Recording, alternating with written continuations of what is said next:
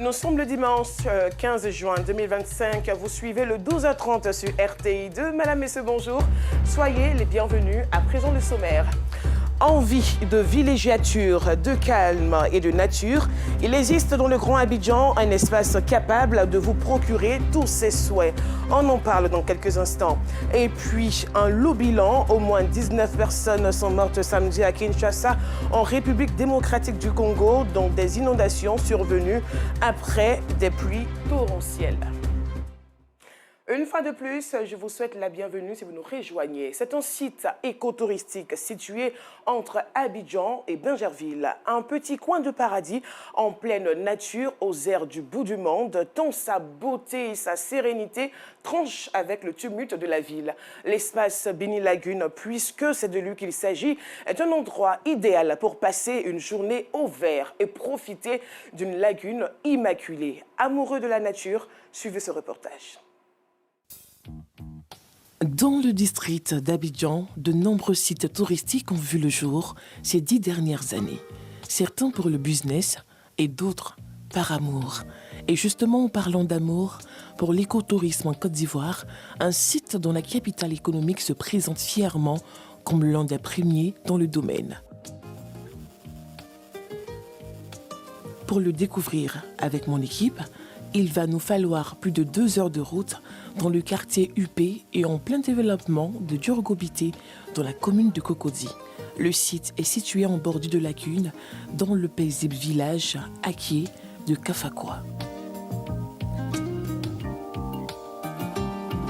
Après plus d'1 kilomètre de piste, nous arrivons enfin sur le site, un paysage naturel préservé par l'Office ivoirien des parcs et réserves. Ici, même les insectes de tout genre se sentent en sécurité.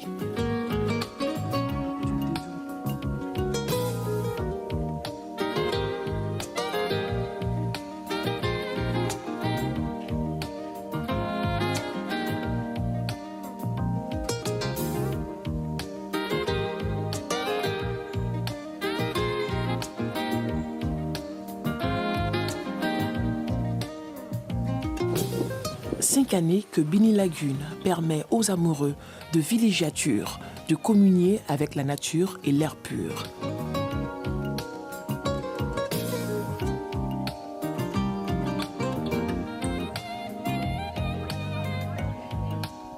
Attachés à son traditionnel aquaba, nous sommes chaleureusement accueillis par l'équipe avec du jus de coco frais et du bangui, le vin de palme, ce qui nous révigore avant la promenade dans le village de Kafakwa. Soyez les bienvenus. Moi, c'est Issa. Je suis le responsable du domaine Bini Lagune. Chez nous, au domaine Bini, on essaie un peu de valoriser la culture africaine. Lorsque vous venez chez nous, on vous donne à soi d'abord et après, on vous donne de l'eau à boire. Voilà. Donc, du coup, comme vous avez dit, nos premiers eaux sur la noix de coco, on va passer maintenant au vin de palme qu'on appelle bangui.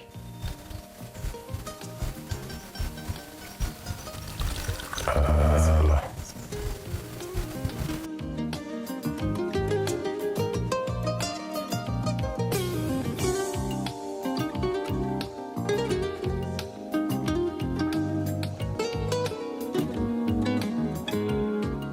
Après l'accueil, Issa, notre guide, nous donne le programme de la journée. Ici, nous avons 3 activités. Je dis bien 3 simples activités. La première, c'est la randonnée de marche, 1 km. Allez visiter le village Kofakwa. Kofakwa, c'est le dernier village de la commune de Cocody. On va voir comment le village fonctionne.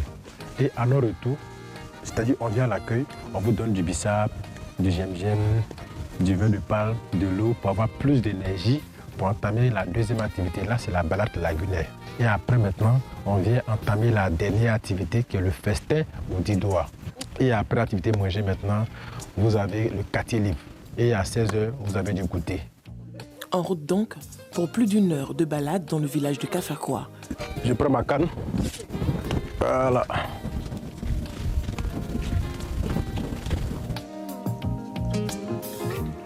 Ici, c'est la limite du domaine Bini et le village. Le domaine Bini, c'est pas grand, c'est un peu long.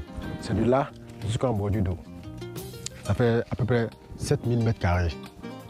Voilà. Ici, ça appartient à OIP, Office ivoirien des parcs et réserves. Donc aujourd'hui, où Paquet Réserve, le domaine Béni est habilité à s'installer là-bas. Et ici, vous voyez, avant, il y avait des singes. Quand on venait, les singes couraient partout, on leur donnait des bananes, quelque chose à manger, donc aujourd'hui on n'en trouve plus rien. Donc c'est difficile pour nous, mais on ne peut rien faire. C'est l'avancée de la ville. Mais bien avant, une visite à la notabilité s'impose. Le village de Kofa, quoi, le nom vient du vieux Kofa. Et quoi, c'est au pays Atié, tous les villages portant le nom de quelqu'un, on dit quoi. Donc, le village de Kofa, Kofa quoi. Le village est situé entre Débarcadère, il y a l'autre village, Angoran quoi, et Djerobité 1. Voilà, Barakwa aussi, nous faisons limite avec ces villages. Nous sommes situés au bord de la lagune Adjé. Bon, environ 500 habitants.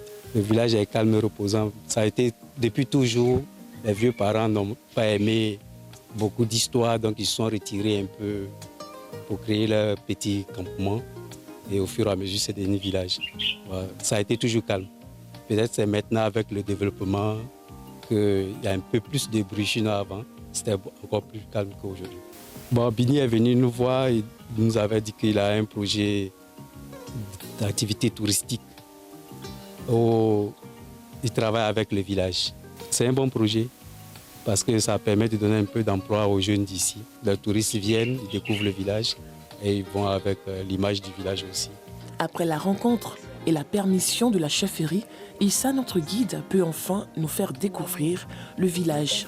Ici, c'était le bord du village. C'est ici tous les enfants du village ont appris à nager. Même le chef du village actuel, c'est ici qu'il a appris à nager. Donc, voyez donc, du coup, et bien avant même, c'est ici le village Kofa quoi était installé avant.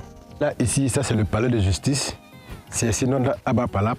C'est ici le chef reçoit tous les jeudis. À l'époque, c'était dans le village. En ce moment, le village n'était pas encore développé.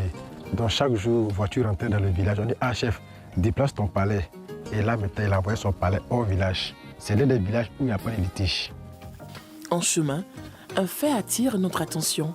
Les feuilles que cueille cette femme semblent être précieuses. Ce sont des feuilles de Moringa oleifera. En langue malinké, on l'appelle djayabro. On l'utilise pour la sauce et il soigne aussi. C'est très bon. Je les cueille quand j'en éprouve le besoin. On trouve cet arbre dans toutes les maisons du Kafakwa. Selon notre guide, cette plante a des vertus thérapeutiques.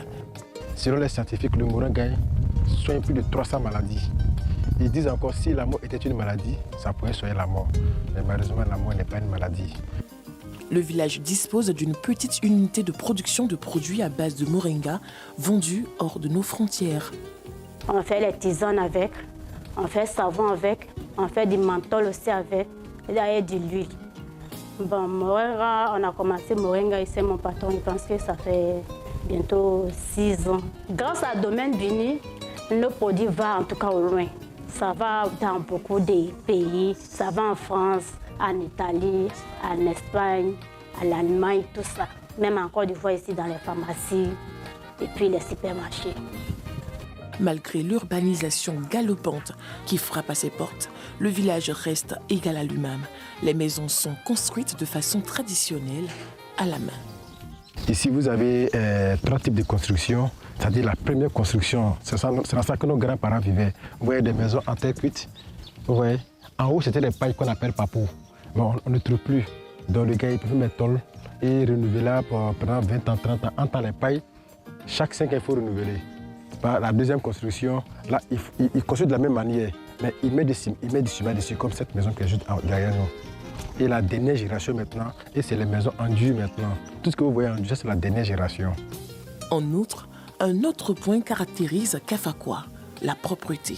Le chef de ce village a su sensibiliser ses habitants à l'importance d'une bonne gestion des déchets pour avoir un cadre de vie sain et agréable.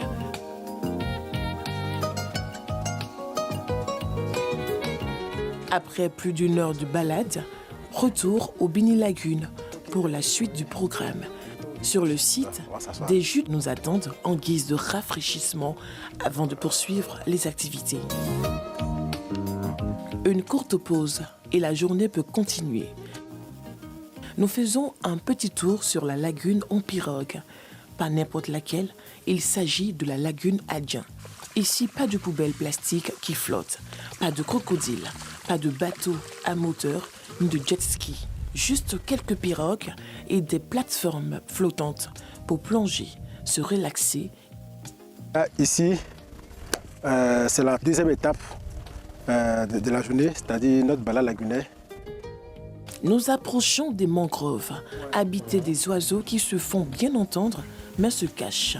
Nous contournons avec précaution les zones de pêche. C'est la lagune la plus propre d'Abidjan. Elle ne sent pas aussi. Adjien, c'est le nom d'un village. C'est juste de l'autre côté là-bas.